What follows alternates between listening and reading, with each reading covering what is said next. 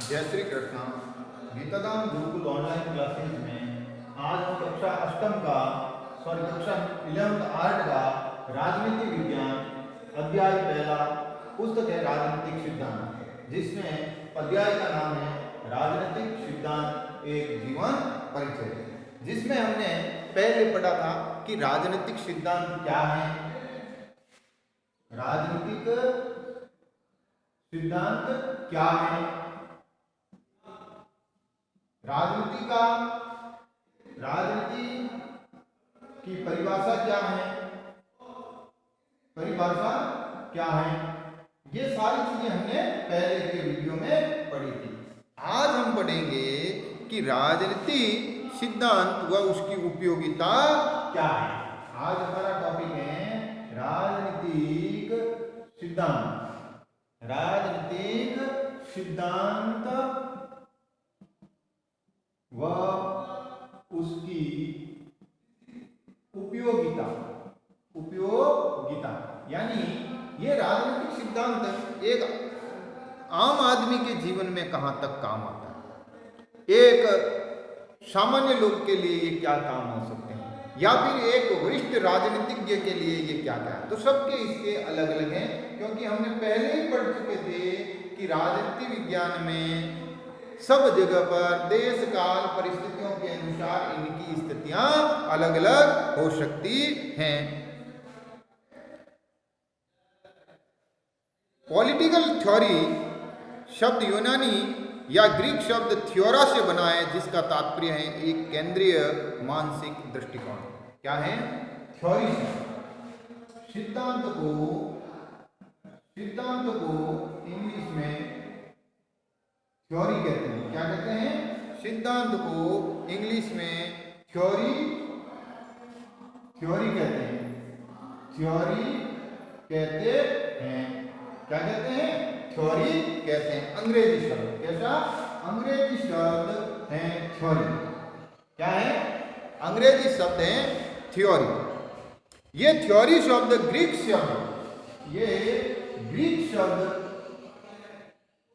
शब्द थ्योरा से बना है। किससे बना है? ग्रीक शब्द थ्योरा से। किससे? थ्योरा से बना।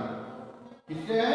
थ्योरा से बना है, जिसका अर्थ है एक केंद्रीय मानसिक दृष्टिकोण। क्या अर्थ है इसका? जो अर्थ है वो है एक केंद्रित मानसिक दृष्टिकोण। क्या है? एक केंद्रित मानसिक दृष्टिकोण। क्या है? एक केंद्रित मानसिक दृष्टिकोण, अर्थात किसी विषय पर एक होना। क्या होना? एक केंद्रीय मानसिक दृष्टिकोण होना। किसी एक विषय पर केंद्रीय मानसिक दृष्टिकोण होना। क्या होना है? केंद्रीय मानसिक दृष्टिकोण होना है। अब इसको इस तरह से आप समझते हो कि दूसरे शब्दों में किसी मान्यता का व्यवस्थित अध्ययन। क्या? दूसरे शब्दों में सिद्धांत का अर्थ है किसी मान्यता का व्यवस्थित अध्ययन। क्या? अध्ययन। किसी मान्यता का व्यवस्थित अध्ययन आपका सिद्धांत कहलाएगा। क्या कहलाएगा? सिद्धांत कहलाएगा।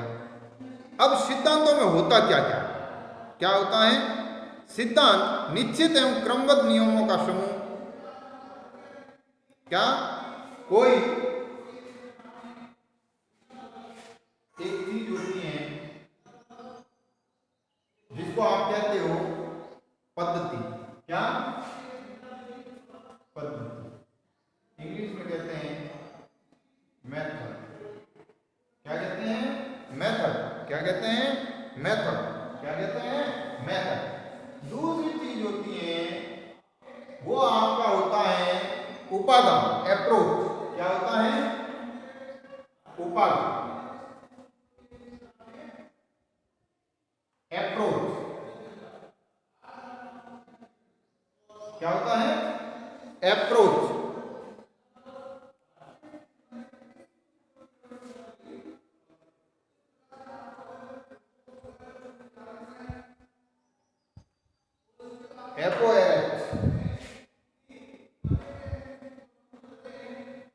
अप्रोच इसका है शिक्षण की पद्धति, पढ़ने का तौर तरीका।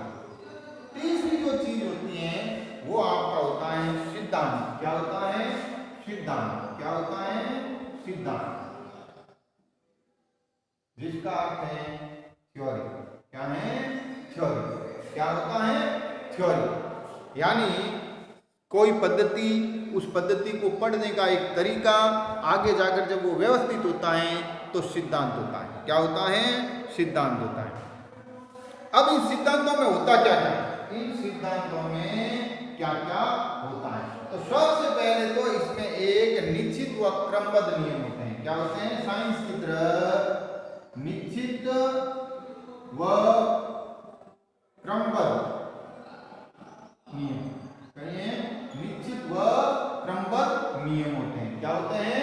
निश्चित और क्रमबद्ध नियम होते हैं, या नियमों का समूह होता है। क्या होता है? नियमों का समूह होता है जो स्वतंत्रता,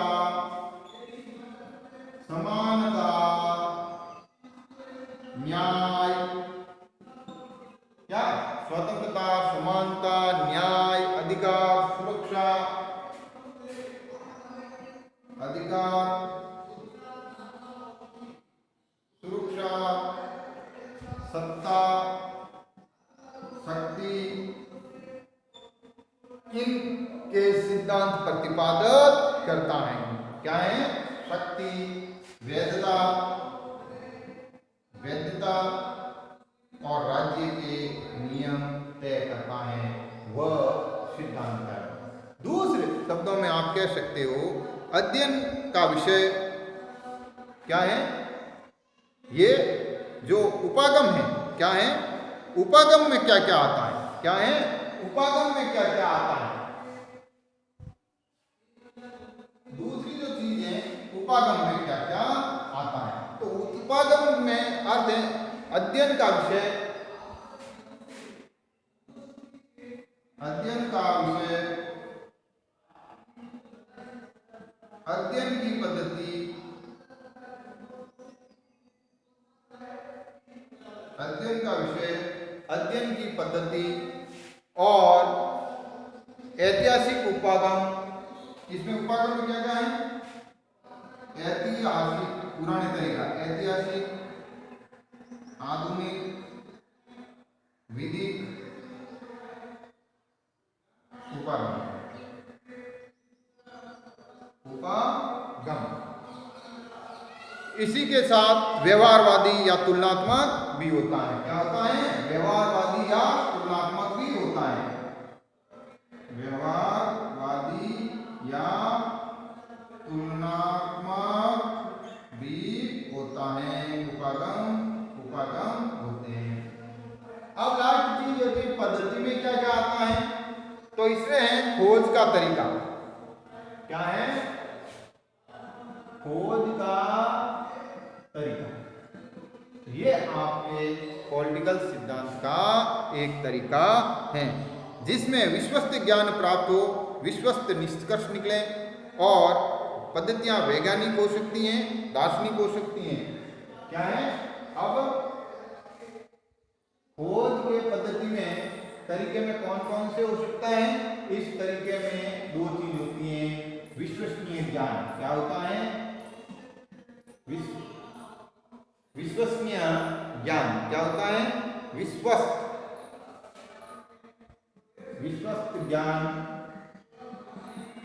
परिणाम हो सकते हैं। क्या हो सकते हैं?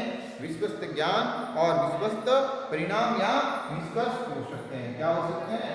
निष्कर्ष हो सकते, निष्कर्ष हो सकते हैं। दूसरा जो अध्ययन की पद्धतियां हैं, क्या है? अध्ययन की पद्धतियां कौन कौन सी हैं? तो वो पद्धतियां में हो सकती हैं जैसे वैज्ञानिक, दार्शनिक, ऐतिहासिक, वैज्ञानिक, दार्शनिक, ऐतिहासिक और तुलनात्मक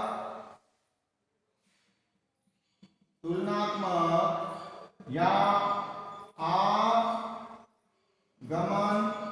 और निगमन ये पद्धतियां हो सकती हैं, पद्धतियां हो सकती हैं।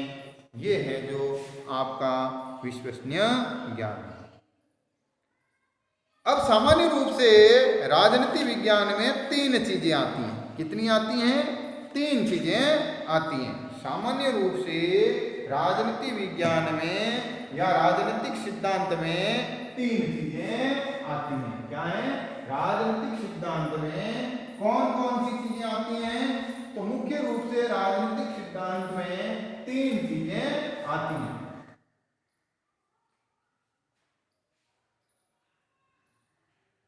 यानी सिद्धांतों में 3 चीजों को शामिल किया जा सकता है। तो सामान्यतः राजनीतिक सिद्धांत में क्या? सिद्धांत में 3 चीजें आती हैं। क्या आती हैं? 3 है जो चीजें आती हैं। 3 चीजों का समावेश है, 3 बिंदुओं का समावेश होता है। नंबर पहला, जो पहला सामान्य सिद्धांत है वो पहला है वर्णन या व्याख्या। क्या? वर्णन या व्याख्या। वर्णन और व्याख्या किसी भी विषय का क्या है? किसी भी विषय का कि राजनीति से इसका क्या संबंध है? क्या है? किसी भी विषय से राजनीति का क्या संबंध है। दूसरा है समालोचना। क्या है? समालोचना। क्या है? दूसरा है समालोचना। और तीसरा जो है वो है पुनर्निर्माण। क्या है? पुनर्निर्माण। क्या है? पुनर्निर्माण। पुनर्निर्माण। क्या है? पुनर्निर्माण।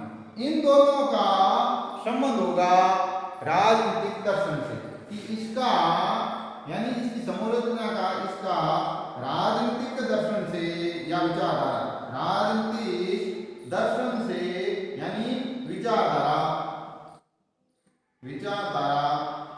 से संबंध। क्या संबंध? ये जो चीजें क्या है? राजनीति से संबंध और विचारधारा, ये 4 चीजें आती हैं कि इन सब चीजों का इससे क्या विचार है। फिर पॉलिटिकल थ्योरी में अलग अलग विद्वानों ने 2-2, 3-3 चीजें अलग अलग दी हैं। हम उन विद्वानों के अलग अलग विचार अगले विषय में या अगले वीडियो में पढ़ेंगे। धन्यवाद।